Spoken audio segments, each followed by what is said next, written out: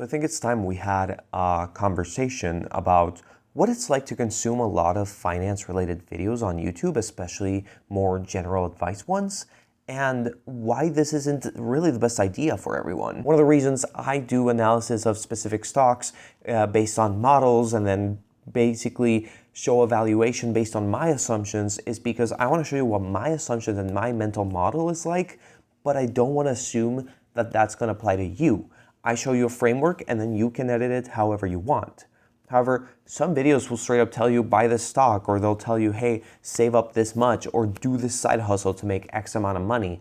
That's not okay, but also you're hearing what's called survivorship bias. You're hearing from people that made a ton of money doing one specific thing in one specific time period in one specific context and location, and that's ignoring the fact that you simply may not have any of those things apply to you. When someone says, buy a lawnmower and then go around knocking on doors and you'll make a bunch of money doing that as a side hustle, well, if you live in a city with apartment buildings, that's literally useless, you know? And the other thing is, at the end of the day, you shouldn't be chasing the numbers, you should be chasing things that you are passionate about, you know? So if they're saying, here's the side hustles that made all this money, well, guess what? Part of that is gonna be consistency.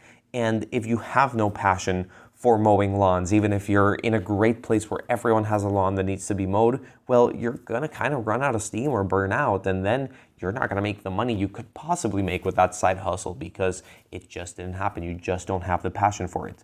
And that's okay, because at the end of the day, it's about you finding what you're passionate about and hopefully making money with it, right? You can be passionate about all sorts of things, even things that commonly don't make money.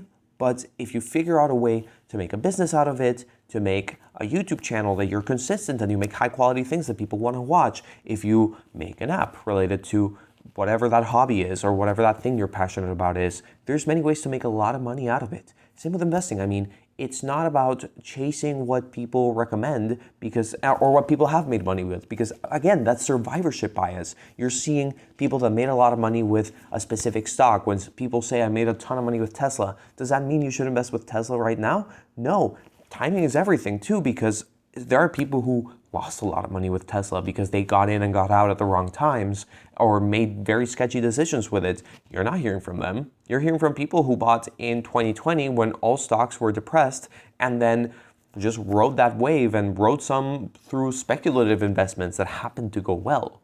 So I just would be very skeptical of a lot of these survivorship bias things that you're listening to on the YouTube finance space. It's just something that, as much as it probably affects this channel to some extent too, is just so amplified by so many things. And when you're consuming these videos over and over and over, here's the side hustle, here's the stock, here's this other thing, here's the budget, you are just getting this plethora of information that has applied to a lot of people, but now in the context of your life, is that what you actually need? Well, maybe not, you know? Sometimes you can't save as much. Sometimes you shouldn't invest in certain things when your time horizon or risk tolerance is different.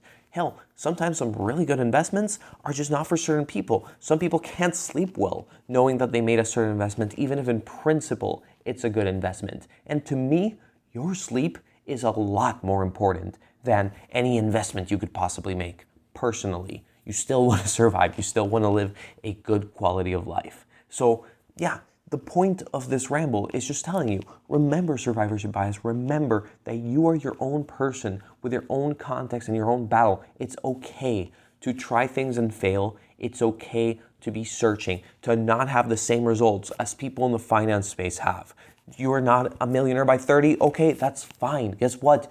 Most of us aren't, you know? If you tried similar things that other YouTubers tried and it didn't work, that's fine. That's why there's this one channel, 3.7 million. You should check him out because he tries side hustles that are mentioned in YouTube videos and he just reports whether or not they fail or succeed, irrespective of how he does. But he actually gives a good crack at them. And I think that's wonderful. But regardless, you should not be hard on yourself for trying things that you saw on YouTube and that they didn't work, because there's any plethora of reasons that could happen. So you just have to remember to be kind to yourself, especially in the context of seeing the best version of people that they present on social media, be it YouTube, be it Instagram, be it wherever. You're seeing literally the version that they curated to present to you, which doesn't involve their daily struggles and doesn't involve the amount of work that they put into something truly, because can you actually feel the amount of hours that they put into something? No. So just be so kind to yourself, do what you need to do. Remember that people are presenting a version of themselves that doesn't include everything in life.